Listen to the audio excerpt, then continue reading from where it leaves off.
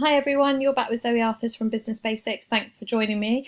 This is tutorial 2 for cash flow forecasting. So if you've not seen tutorial 1, just pop over.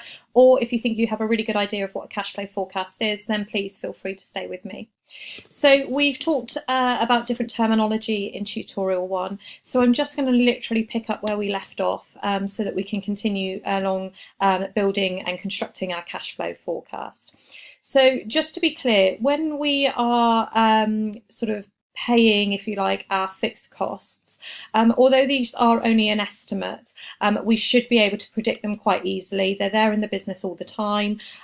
We can't function as a business unless we have fixed costs. And we also know, as I said in the previous tutorial, that our variable costs are likely to be attributed to our sales. So if we've not over-egged our sales figures and we've anticipated what the demand is going to be for our product or service, we should also be able to anticipate what our variable costs are going to be. And as I also said at the end of the last tutorial, it's really important that actually any unforeseen expenses, so a contingency fund, is also planned for, and that will just allow you to plan for any eventuality within your business. So in terms of your construction of your cash flow forecast, there's a couple of things you need to note. Your cash in from your sales, so your cash sales, so money that's been handed over via tender, is going to be in the month of sale. So if you sell a product today, it's going to be displayed in today's month. Okay. Now, if you have made a credit sale, so it's going to appear in the month of your cash receipt. So if, for example, you have made a sale today and they are not due to pay until next month, it will appear in next month's cash receipts. So cash sales, anything that you have purchased in today's cash in the till, if you like, has been recorded in today's month, or whatever the month is today, and then anything that your customer has yet to pay for will be recorded in the month on the cash receipt. Your cash outflows, so your cash out for your purchases and your payments, again, your cash payments will appear in the month of your purchase, but your credit payments, so payments that you're not due to make yet, will appear in the month of your cash outflow. So if you, for example, I've used the example of a phone usage here, your line rental that you have to pay each month and your call charges are paid every 3 months, these will be totaled and paid and displayed in your cash flow every 3 months, so every quarter. Okay. So in order to calculate your net cash flow, what you have to do is get your inflows and take away your outflows. So you have to total up everything you have coming into the business. So everything you have for in terms of your sales, your investments, etc. And you minus all your cash outflows. So anything that which could be classed as an outflow could perhaps be a purchase, etc. And that will give you your net cash flow. Now, I've presumed on the following example that actually we're starting a business from scratch, so we have no opening balance. But if you did, then you would just bring that forward from your previous month.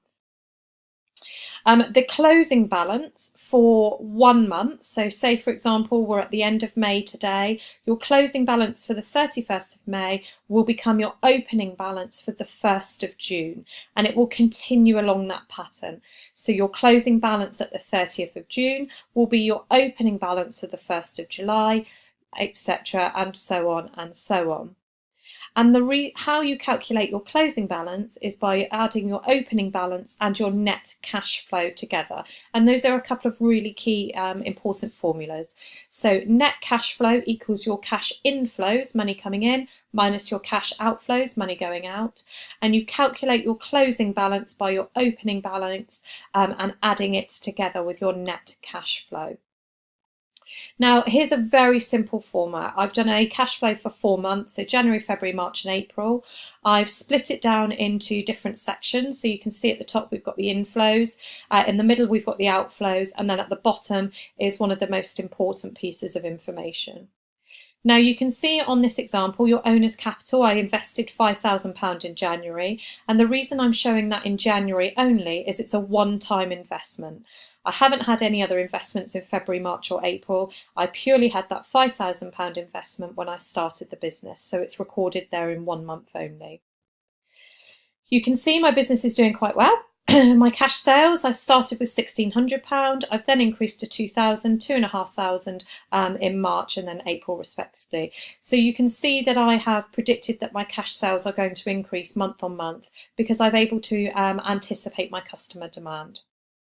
You can see that my credit sales are 0 in January, so I haven't had any sales at this point, so no one was able to buy anything, because if they did, they would have had to have bought it when my business wasn't operating and wasn't up and running in December.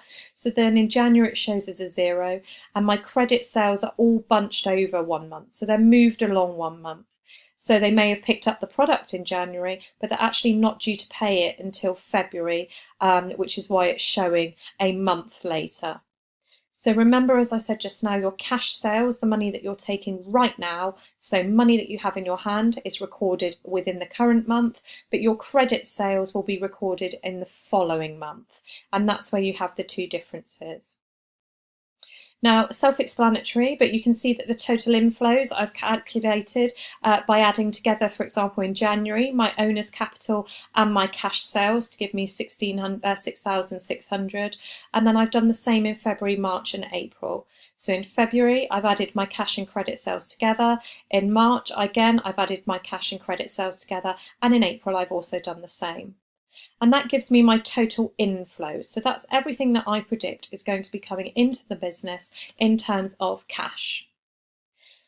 So moving on to cash outflows. So we have predicted that our van leasing, we know it's a fixed cost. If I didn't have that van, my business wouldn't operate. So I know it's going to cost me about £700 every month, and I'm going to record that because I've got the same payment being taken out of my bank account every month, and therefore I'm able to predict that cost. Now, my material costs, I've assumed, are going to be higher in the early stages, but they're actually going to fluctuate. So I've just taken some arbitrary figures here. I've taken 2,800, 800, 1,000 and 800. So I've just sort of guessed, if you like, best guessed, what my material costs are going to be. Now, I know my wages are going to be exactly the same. They're a fixed cost, they're a salary. Without employees, my business wouldn't operate. So I've been able to predict that they're going to be on average about £1,000 a month. And then I've also allowed for a contingency, so other expenses. So perhaps my business premises gets hit by a bolt of lightning, or a flood, etc. Or actually one of the other costs that I have estimated isn't quite as accurate as I'd hoped. So I've allowed for that in the other expenses, and I've got a contingency of £450. Now you can see from the total outflows column that what I've done is I've added all my outflows up. So I've added together the van lease, the materials, the wages and the other expenses, and in January that's given me a total of 4,950. And I've done the same in February, March and April. So I've just added them all together and it's given me my total outflows. Now, to get my net cash flow, if you remember what the formula was on a previous slide, I have to take my total inflows, so my 6,600, and I minus my total outflows, which is 4,950, and that's going to give me my net cash flow. So again, you can see that if I do that in February, so I've got 2,400 and I take away my total outflows of 2,950, I'm going to be left with a loss, and we know it's a loss because it's displayed in brackets, of 550. So if I do that all the way along, you can see that I've then been able to calculate my net cash flow, and until April I'm actually then not moving into the realms of being profitable, even if it is only by £50 in this example. Now, as I said, my opening balance, my business is brand new. Its first month of trading was in January, and we know that by its cash sales. So actually in December I didn't have any opening balance. My business was at 0. And then, as you can see, my closing balance was 1,650 because that was my net cash flow. There was no other, nothing else had happened at that point. Now, again, if you remember from my previous slide, 1 month's closing balance becomes the next month's opening balance. So you can see here that my closing balance for January of 1,650 has become my opening balance for February of 1,650. Now, what I've done to get my closing balance, if you remember, just going back from my previous slide, is your opening balance plus your net cash flow equals your closing balance.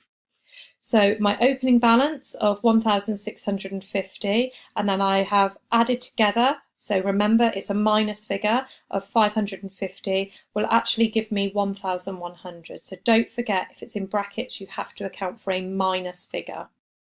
And then you can see I've done the same in March and April, and hopefully you're able to see by this very simple example where the answers have come from. So if we just take from March to April, for example, you can see that my opening balance is 1,100.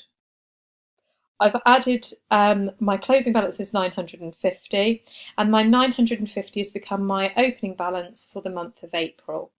I've then added that together with my net cash flow of £50, and that's given me a closing balance of £1,000. Now, if I was to continue, my opening balance for May would be, yeah, you've got it, £1,000, absolutely. So you should be aiming to construct a cash flow forecast for around a 6-month period.